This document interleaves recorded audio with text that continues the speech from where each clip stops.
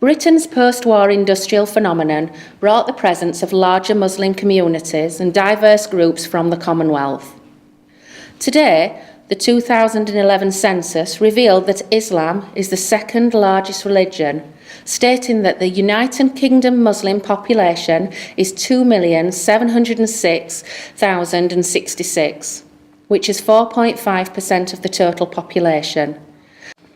This production will briefly review, explore and capture, firstly, the feelings of British-born Muslims navigating identity and nationalism.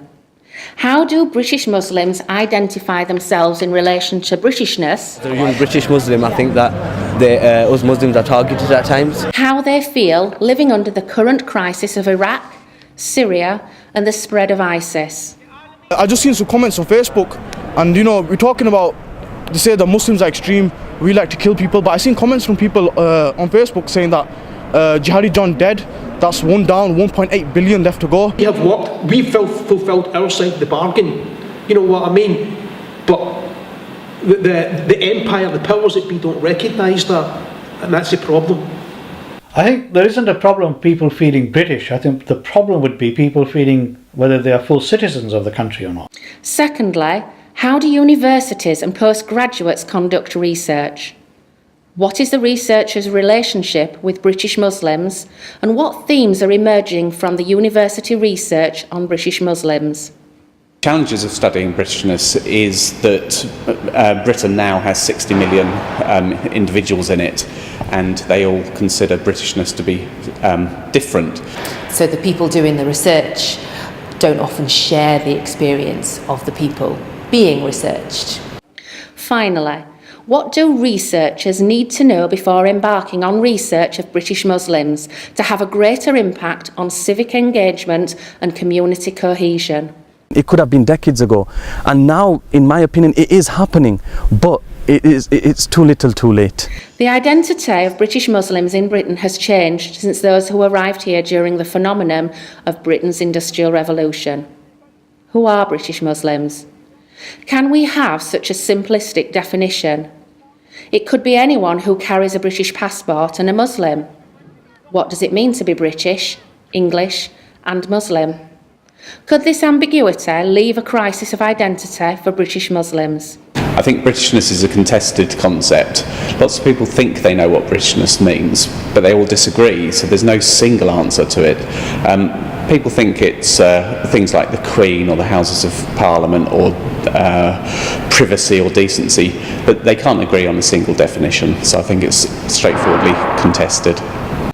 There's two major ways of understanding identity and identity constructs. The first way of looking at it is to say that identity is something which is fixed.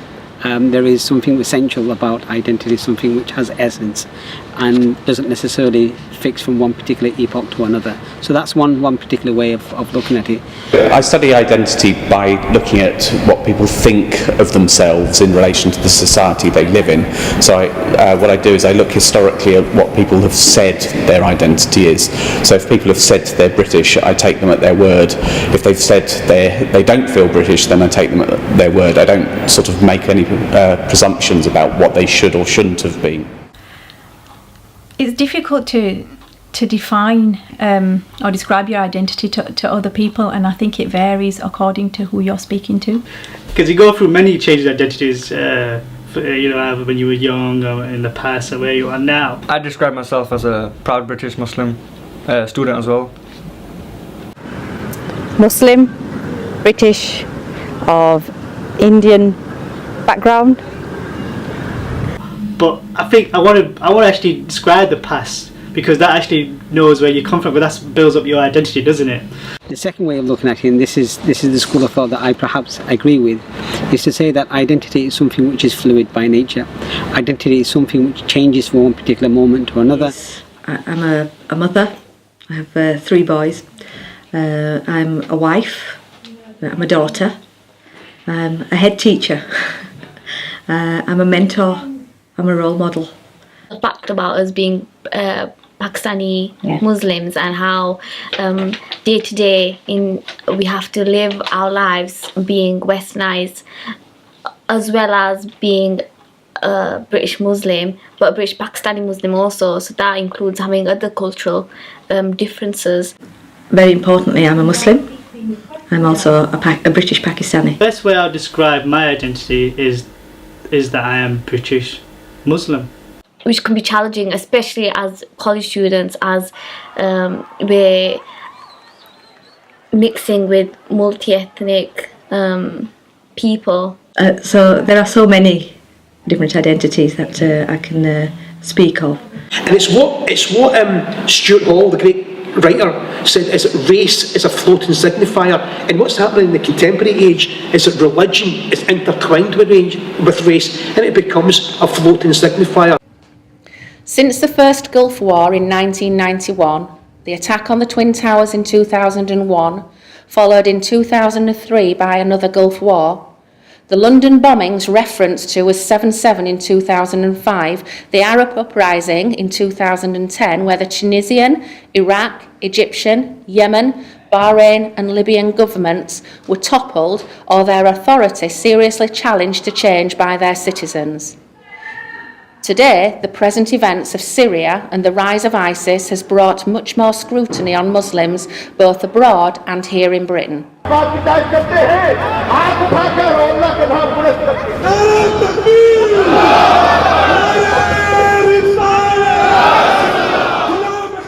In 2010, the government established a counter-terrorism policy known as PREVENT. And prevent people going towards extremism is a good thing. So in theory it's a good thing, but it depends on how it's done. And the current climate, the so-called war against terrorism, is still going on, and that just shapes how British Muslim youth are perceived. I think we need to be very careful how language is used and the narrative that is being used in some of these issues.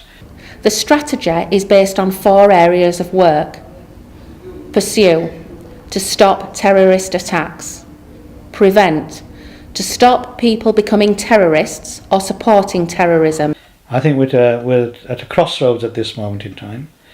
We are seeing a challenge for Muslims in this country at this moment in time, which is unprecedented. My name, as the example that I've given before, is Amr Sahid. Amr Sahid. And people straight away are going to go, Sahid, the other, the Muslim, the terrorist. You know what I mean? And all I want to do is watch Glasgow Celtic play football. Protect, to strengthen our protection against terrorist attack, and prepare to mitigate the impact of a terrorist attack. I've been very worried right from the start that the way it's been done has actually not just been very effective, but maybe it's even been counterproductive. How do universities deal with the government's PREVENT agenda and positively connect with British Muslims? What themes are emerging from university research on British Muslims? One of the key elements of the Counter-Terrorism Securities Act is the way in which the Preventing Violence Extremism agenda becomes a public duty for schools, for nurseries, for hospitals, all the public sector. And I think if you look at the Counter-Terrorism Security Act, look at the components that relate to the public sector, one of the things that you actually find is that the way in which it's framed, it almost looks at, defines and perceives Muslims, especially Muslim young men and women, as an outsider. People simply because they have started to behave slightly differently. A young woman who still goes to university one day, non-hijab, etc., and then turns up the next day with hijab, doesn't automatically mean that she's become radicalised. Amongst British Muslims, I think what happens across the generations, what I found happen across the generations, is that younger people are much more secure in working out a hybrid identity that allows them to be Muslim and British. There's maybe some racial tension about how white young people view the identities of, say, Muslim young people, how the Muslim young people view white young people, how they describe the identities of the others, or what they think the identities of the others are about. So I think this is legally speaking. This is a legal, a legal discourse that we're actually having, and I think that legal discourse will actually filter down to the way in which school teachers, head teachers will actually see define, observe, monitor, British Muslim young people. A young man who goes to university one day without a beard, turns up to university the next day with a beard, and Islamic dress, doesn't automatically equate to the fact that he's a radical extremist. And if that is the route they're going to take, then I think we're going to have a major problem in this country going forward. And some of that is about stereotypes, but obviously the work we're trying to do is by getting it out there and getting them talking about it. The youth workers are then starting to unpick with them, well, why do you say they believe that, or they live like that, or that's important? Do you know that, or what's that based on? When it comes to Muslim, the category of Muslims, one can actually say that it's a religious category, but also equally speaking you can actually say it's a sociological category, because Muslim implies the other. Black people are implied as being the other. The government could have taken much more initiatives to establish relations between the two communities, whether it's a Muslim, whether it's a Christian, whether it's a Jew, regardless of your belief. I've done research around Prevent, and I'm trying to be I have been critical of it, but I'm trying to be constructively critical, because these are really important issues, and it's a big thing. Terrorism is a threat. Every young person that gets involved in extremism, it's not just maybe a threat to society, but it's a tragedy for them, because they may be doing something very bad with their own life in terms of the implications. All this money has continued to be thrown at Prevent. There's been no money whatsoever within Prevent on the skill training, for the skills and confidence of education. That's youth workers, teachers, lecturers. There's loads of money going in now about how to spot a terrorist, but there's no support for actually doing robust educational work that I would call real prevention. I know at the moment, with everything that's going on in media, that Muslims are to some extent being singled out or being pointed out. The events of 7/7 or events of 9/11, some of the first communities to actually receive the backlash of Islamophobia, anti-Muslim racism weren't Muslims, it was Sikh community. So it almost becomes Muslim category, it becomes a race, it becomes a racial marker, and that racial marker is usually associated with someone that's actually culturally, visually different. We need to explore how people feel about it to understand whether the policies are really, are they aiming at the right thing, or are these policies barking at the wrong tree? How do Muslims in Britain deal with the constant scrutiny? Because of the issues going on across locally and nationally and globally, British Muslims do feel threatened, they do feel they don't know their place in society, because we do feel like the media headlines have stigmatised us, and you do feel, you think you're in the right place, and all of a sudden the rug is pulled under your feet and you're back to nowhere, and you're thinking, oh, where am I? What's my position in this society? And it is a struggle at the moment to find a place for yourself. The Muslim community feels under siege from across a number of factors, particularly the media. Look at somebody like a boxer like Amar Khan. So he's a boxer, he is a sportsman, he is an entertainer, but he has to speak out against terrorism. As a mother of British-born Muslim youth, I feel that they face many challenges in lots of fields: employment, education, whatever they're wanting to do in life. You know, I wish the colour of my skin was as important as the colour of my eyes. Just like, you know, a black Muslim would be, or a black African Caribbean person, or a person of another ethnicity who may have been born in this country and grown up in this country, went to school in this country, but may still feel that they do not have all the opportunities available to other people that they should have because of their ethnicity, their colour, their creed, their faith, whatever it may be. White British people often have said to me, oh, you're born here but you dress the way you dress, that's a barrier for some time. Don't you think that's a barrier? And I've said, no, it's a barrier for you, not me. I accept you the way you dress, why can't you accept me? So it's about, I don't have a barrier, and if they've got a barrier because of the way I dress or my faith, that's their problem. Actually, it is my problem, because it's what people like myself who are deemed the other have to experience every single day and navigate in every single day, and not even every, but in virtually every situation of our life. We have to navigate that, either consciously or subconsciously. We have to navigate that. And I think there's this concerted effort to demonize the Muslim community because of the actions of a few. And I think that is a threat to the well-being of society at this moment in time.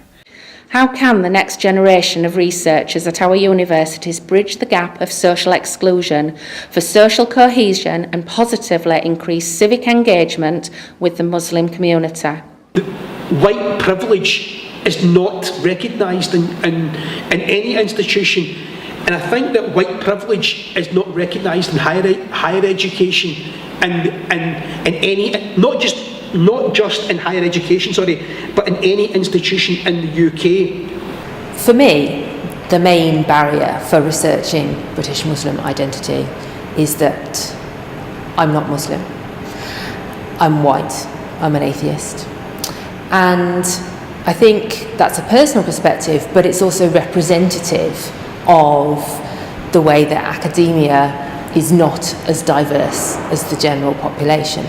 I think largely over the years there's become fractions in Islam where people have learnt more about Islam but then have decided to branch off into different areas.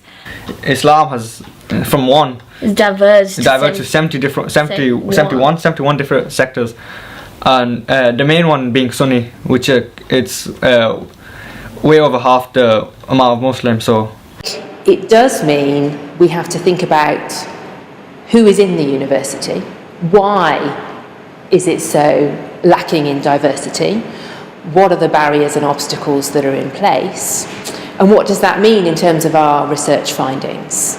The biggest barrier to researching British Muslims' identity, or the two biggest barriers to it, are one, that British Muslims tend to be studied as if there's some sort of problem to be solved, and that relates to everything since 9/11, ongoing issues in Syria, that somehow British Muslims need to be studied in order to stop them doing stuff. So I think that's the first. And the second is straightforwardly that there's not enough British Muslims involved in research.